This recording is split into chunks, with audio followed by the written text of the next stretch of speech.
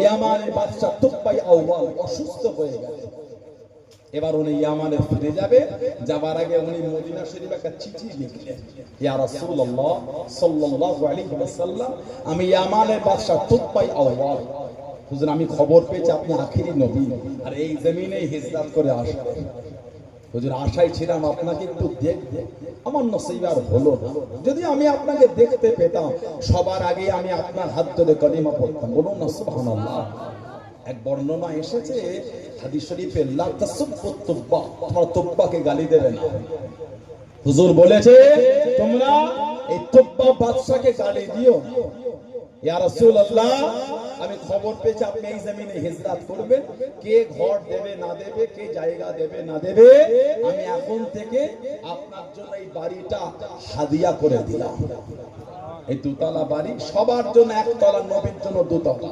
এই চিঠি লিখে আর লাস্টে লিখলেন, হুজুর কিয়ামতে আপনি আমাকে ভুলবেন না। এটা লিখে একটা আলেমের হাতে দিয়ে বললেন, এই আপনি এটা রাখেন, আমি আপনাকে ওসিয়াত করলাম, যদি হুজুরকে আপনি দেখতে পান দেবেন, আর যদি না পান আপনার পরে আপনি কাউকে ওসিয়াত করে যাবেন। আর তামাকে বলে দেবেন তিনি যদি দেখতে পায় হুজুরকে দেবে, তিনি না দেখতে পেলে তিনি যেন কাউকে ওসিয়াত করে দিয়ে যায়। আল্লাহ নবী সাল্লাল্লাহু আলাইহি ওয়াসাল্লাম হিজরত করে মদিনা শরীফে গিয়ে মদিনা শরীফের বাইরে কিছুদিন থাকলেন। একটা মসজিদ করেছিলেন, মসজিদের নাম মসজিদে কুবা।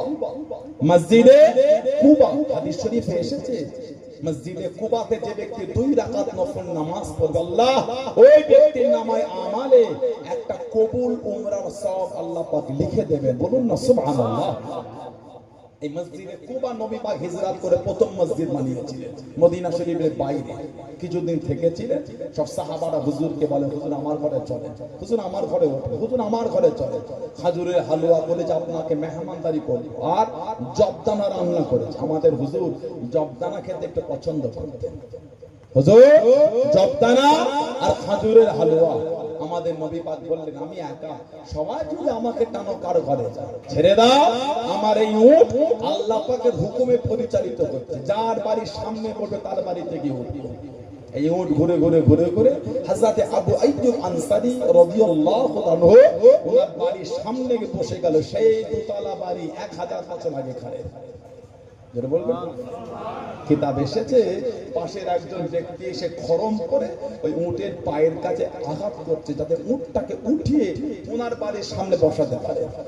আবু আইয়ুব আনসারী হুজুর বার হয়ে বলেছিলেন, যদি ইসলামের বিধান না হতো শরীরে মাথা রাখতাম না। ইসলামে যদি বারণ না হতো তোমার শরীরে মাথা রাখতাম না।